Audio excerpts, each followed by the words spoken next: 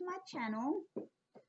For those that don't know me, my name is Dee, and today I'm going to be doing a video on introjects in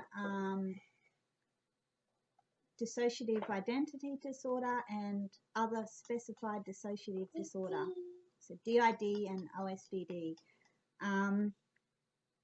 and give you a bit of education on that and what an introject is, and in particular an introject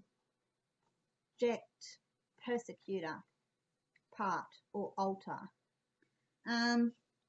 So you can have good introjects and you can have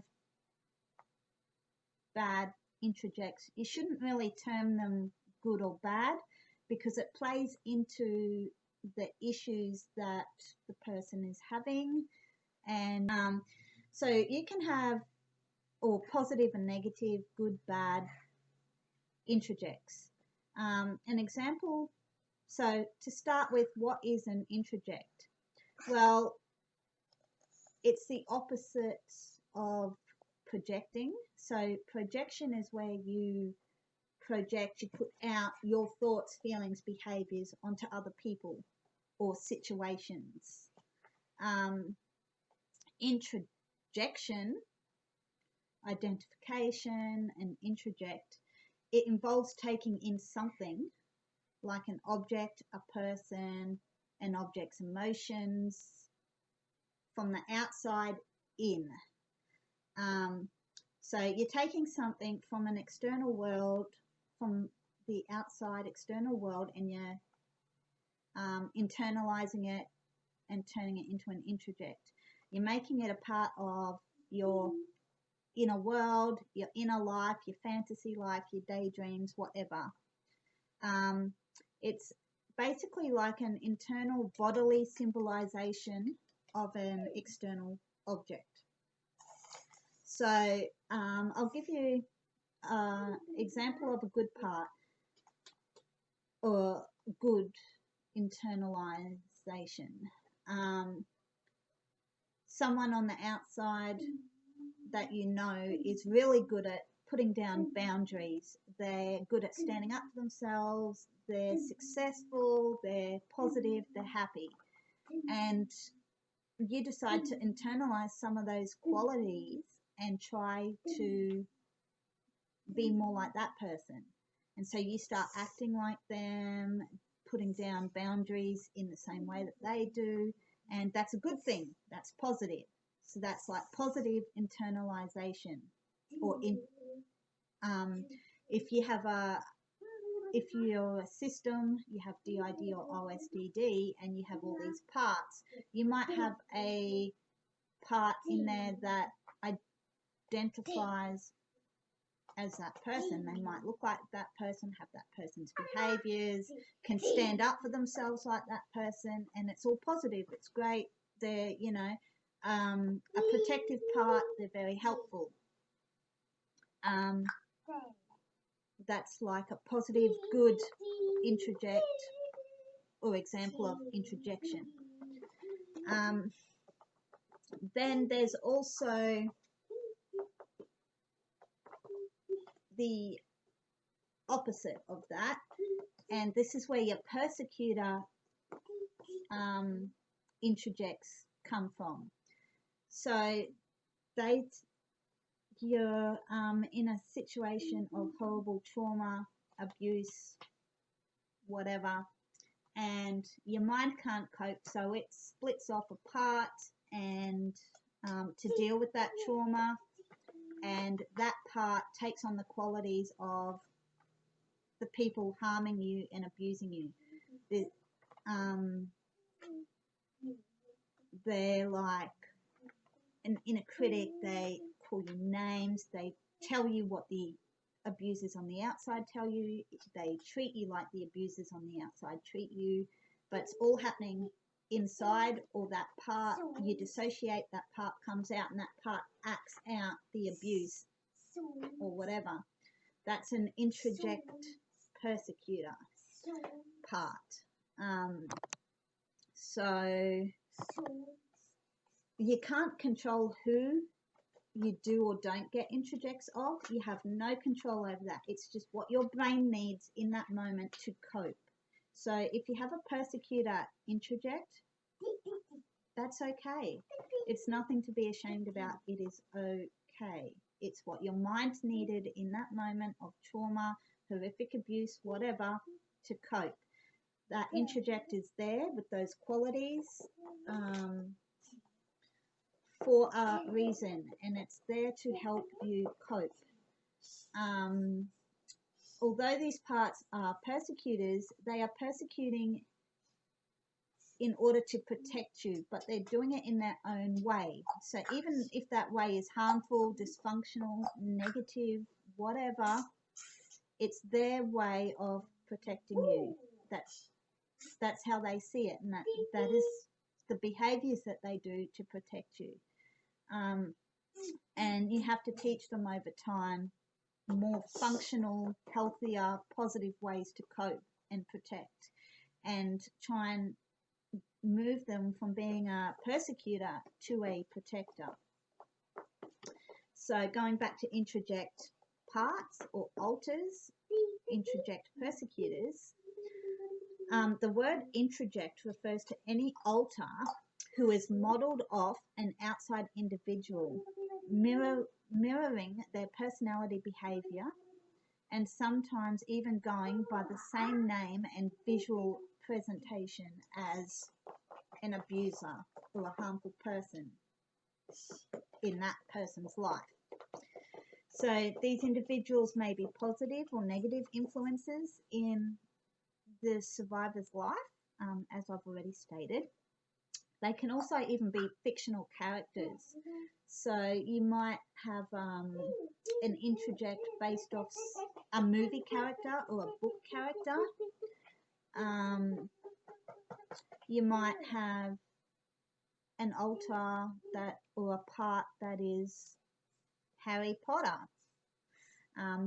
for example, because, you know, Harry Potter's had trauma, grief, loss, and he's overcome so much, and he's a wizard. He has power and magical abilities and stuff.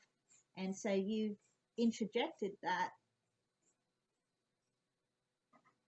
to help you cope.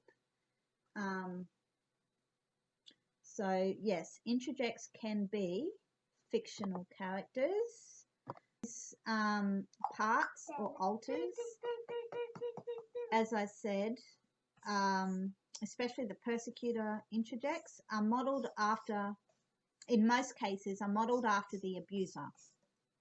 They create negative messages and blame the original identity or the other parts, blame those parts for the abuse, and tell them that they need to die or pay for it. And so they will be, you know, they will self-harm the body, punish the body. They're very punitive, controlling, negative messages, abuse, and so on. And often the host, the original identity, the apparently normal parts or emotional parts, other parts, will act on those negative messages of, you know, it's your fault, we're all being abused and you need to die or pay for it. So the other parts will believe those negative messages and self-harm or even attempt suicide. And, you know, the persecutors, introjective persecutors, they will do that to the person. They unconsciously adapt the ideas or attitudes of others, in most cases, the people abusing them. And so they believe. So when you're a child and you're being abused, one of the things abusers do is they blame you. They say, or they'll make statements to instill in the mind of the child that they are at fault and responsible for what is happening to them. And that's where all the shame and stuff comes into it. And so that they'll say to the child, oh, you know, you asked for this, or you're my little girl, or whatever, and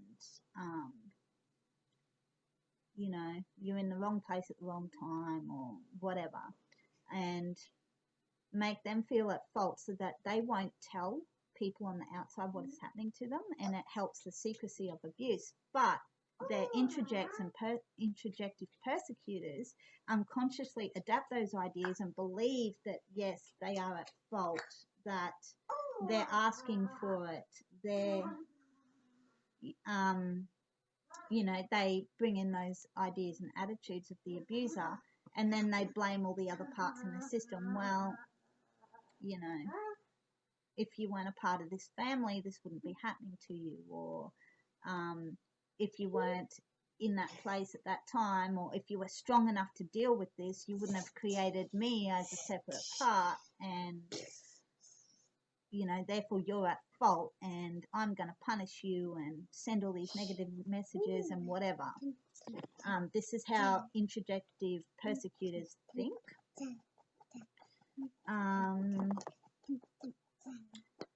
Another way to think of introjects is to remember that someone in the DID or OSDD system had to remember all of the stuff that the abuser said, did, and required of the system as a whole. Okay, so typically most abusers don't allow much room for kids to make mistakes. It can be very dangerous and painful to not remember or obey what the perpetrator tells you to do.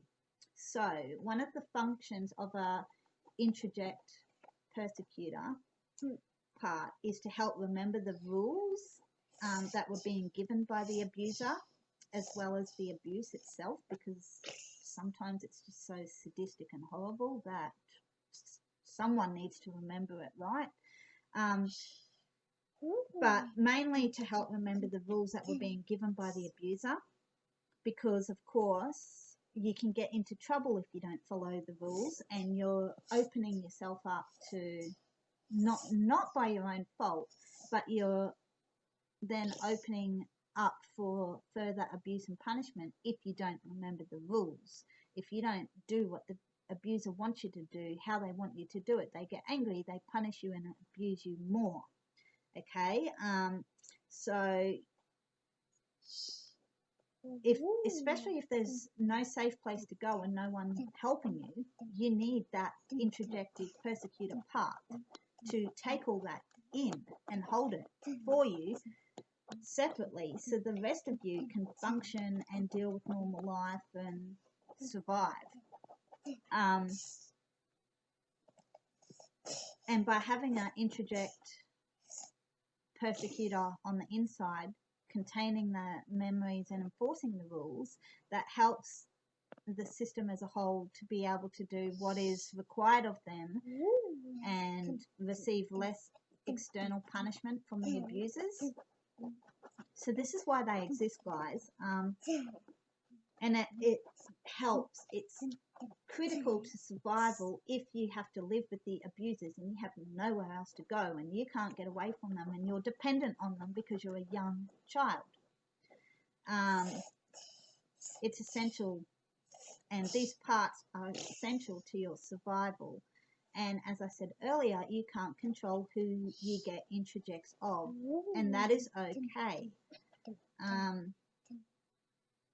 But as you get older, you become an adult, you move away from the abusers, you're no longer being traumatized on a daily basis.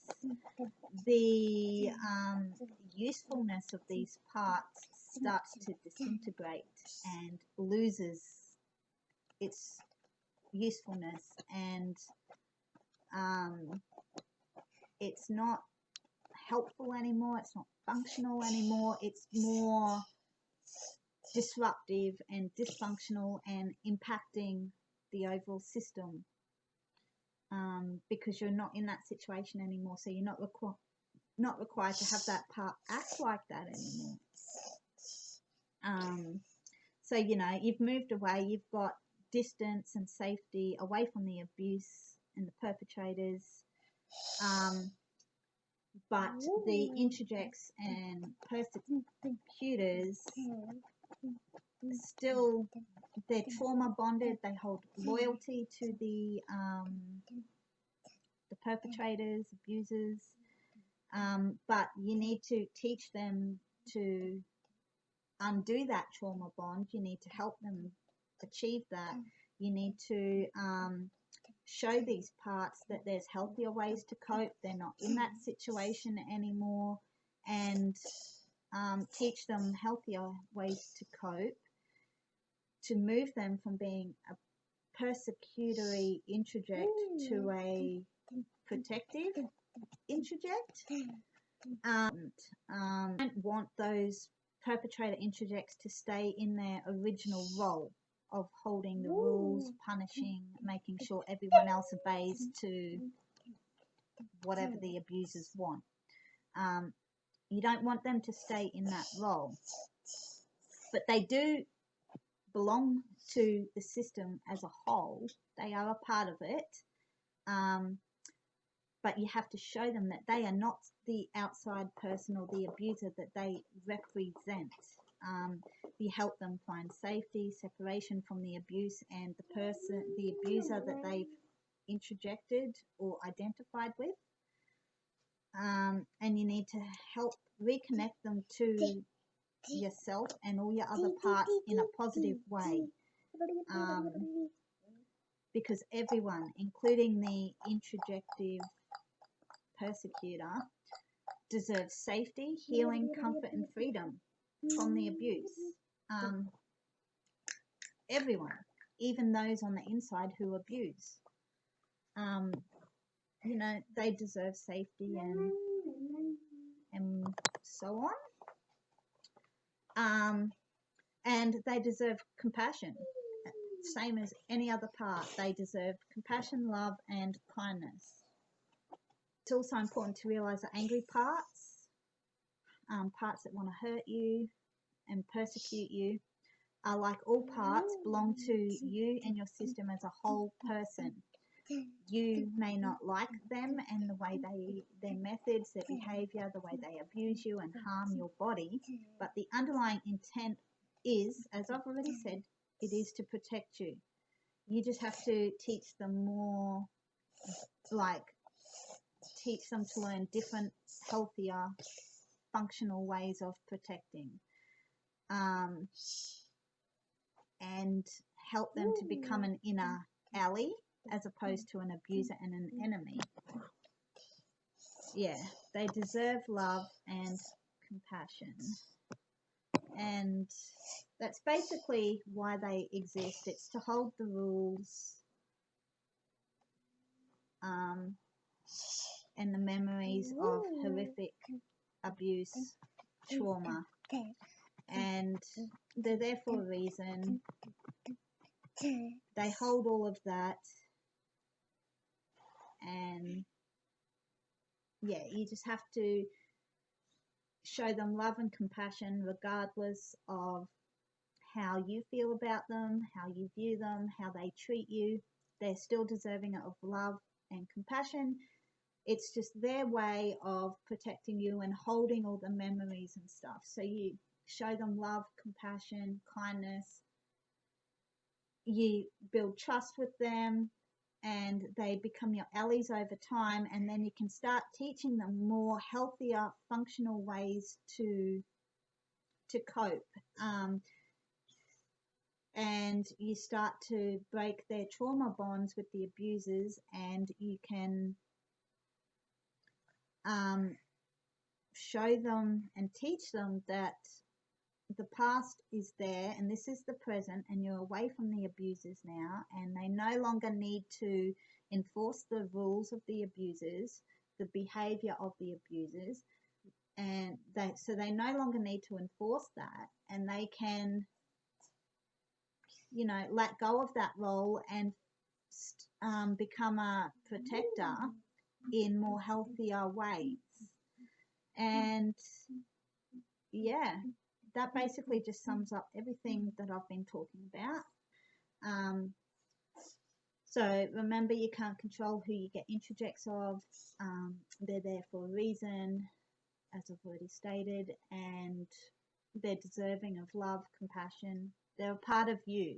With that being said, guys, I hope you found this video educational. I hope it's helped you to understand what an introject is, why they exist, why persecutory introjects exist and for what reasons. And I hope it helps you to think about ways that you can heal the parts within and your own trauma and come to a more cooperative, communicative, cohesive inner world life. And yeah, with that being said, guys, thanks for watching. If you're new here, please consider subscribing, liking the video, sharing the video, leave me a comment, follow me on social media. All the links are in the description below. And yeah, appreciate your time. I hope you stay safe and you have a good day or night wherever you are in the world watching this. And yeah, we shall see you in the next video. Peace out. Take care. Bye.